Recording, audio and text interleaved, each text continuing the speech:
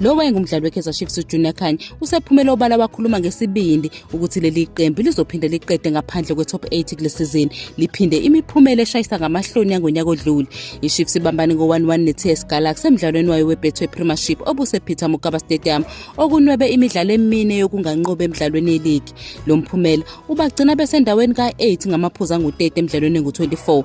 uKhanye ubalula ukuthi iChiefs idlale kahle kuphela ngesombe sokuqala futhi bekufanele ishaye amagoli amaningi. Uphinde waveza ukuncintisana kwamanye amaqembu angaphansi kweKaizer Chiefs anemidlalo esandleni, nakube vuma ukuthi imidlalo esandleni ayiwaqinisekisa amaphuzu, ukugcizelela ukuthi ngokwesimo seligi esikuso njengamanje iChiefs ingasithwale kanzima ukugcina indawo yayo ku-top 8.